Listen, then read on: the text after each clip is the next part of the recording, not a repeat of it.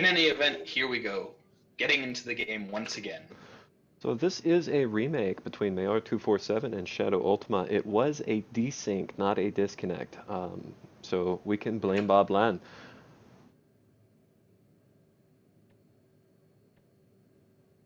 Or ShadowUltima, because he made the map.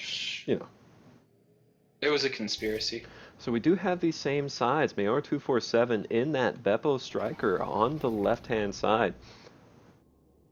That is correct, and on the right side, still top right, is ShadowUltima in that Frank Gothic Bomber with Repair Guardians. Whoop. Oh, we've been buckied. Have we? Just keeping it real.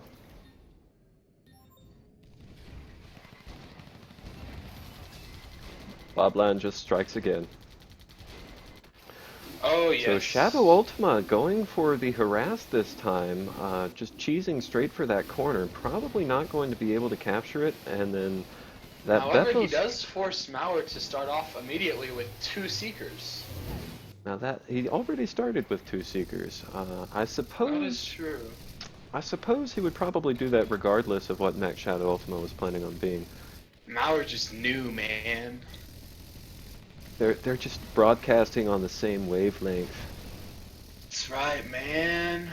So ShadowUltima going a T45 heavy approach, similar to last game. Maor got 3 Seekers at mid, so he did ferry those back from his corner outpost, trying to position that Longhorn so that it can shoot on this Goliath without taking any kind of return fire. That's kind of the sweet spot that they're all looking for here. Longhorns and T45s have 1 to 2 units of range longer than the Goliath, so if you're clever with your positioning, you can outrange them.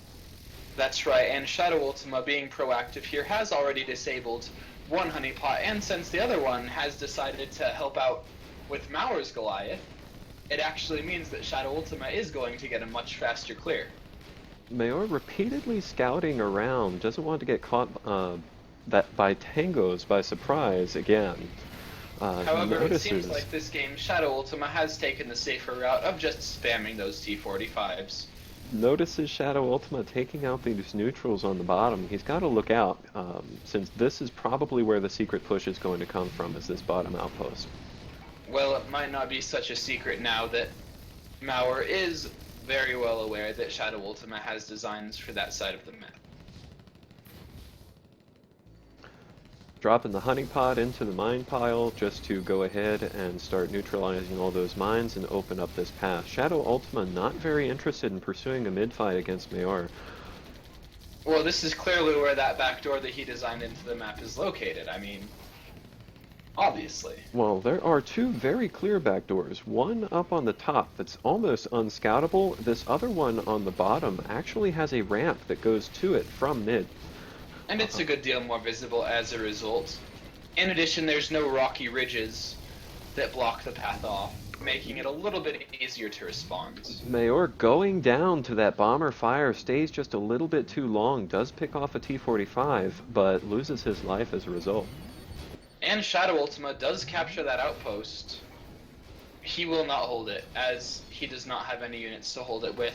And Maor does have 18 rebels located at his top left outpost. 18 rebels versus 14, now 15 tangos. It looks like it's going to be mass light units for both sides, although Maor has now scouted those tangos. The rebels will be better able to deal with the tangos in a head-on fight. However, the T45s that ShadowUltima has in support might just turn the tide in his favor. However, it looks like Maor doesn't really have any interest in a direct engagement as he is using that top path.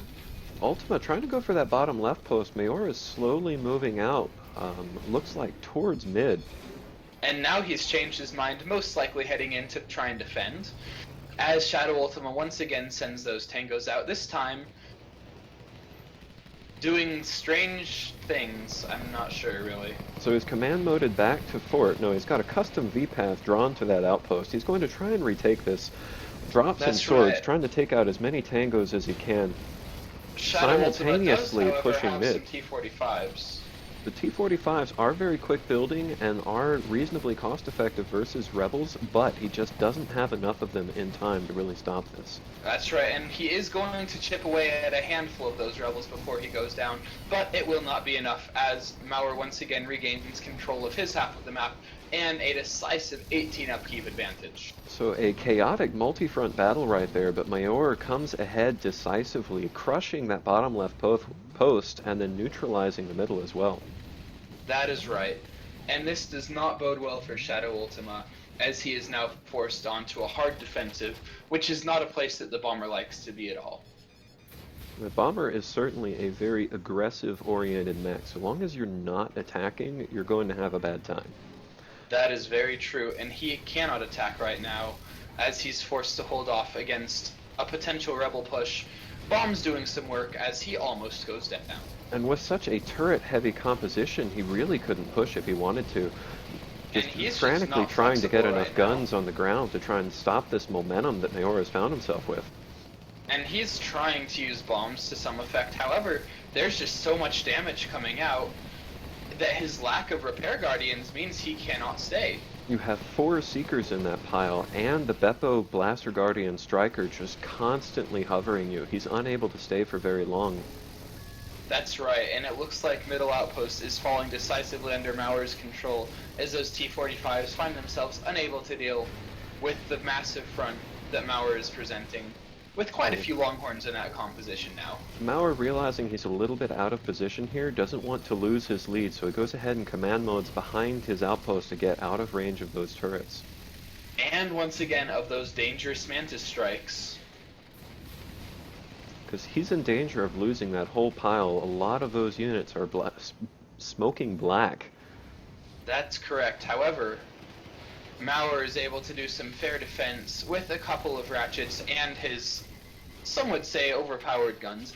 And the next patch we actually do have nerfs planned on those Blaster Guardians.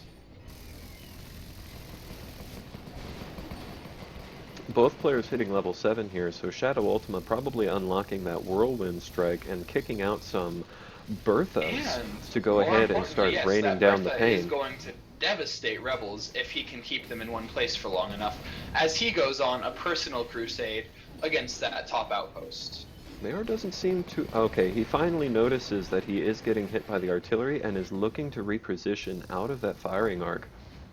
That is correct. However, that does free ShadowUltima up to start positioning himself a little more aggressively. However, it looks like Maor is just pushing out. He's committing hard to bottom now. Outpost. Getting a little bit upset by that choke point there. Unable to send all his units through simultaneously. However, it shouldn't matter with this many Seekers in the cluster as ShadowUltima constantly dips low, still not investing into any repair guardians, as those 2 Bertha aren't really firing at anything of use. ShadowUltima trying to pull the distract game and take what he can, just go straight for the close, but Maor will probably push this straight through to fort. That's right, and this could be very dangerous for ShadowUltima. If Shadow doesn't react to this, which he's a little bit late here. At this point, he's in deep trouble. This is probably game. And he's got all turrets on the close, so he can't even turn this into a base race. This is just going to be him trying to use his bomber to do what damage he can. But you have 4 Seekers there. Even get down to Whirlwind. 4 Seekers, in addition to that Beppo Striker, are just keeping him from doing any area of effect damage to this clump. And then he goes down, and that is game. Ending the first game of round 2 as a win for Maor247. Just not enough firepower to deal with it. But moving on to the next game is Maor247.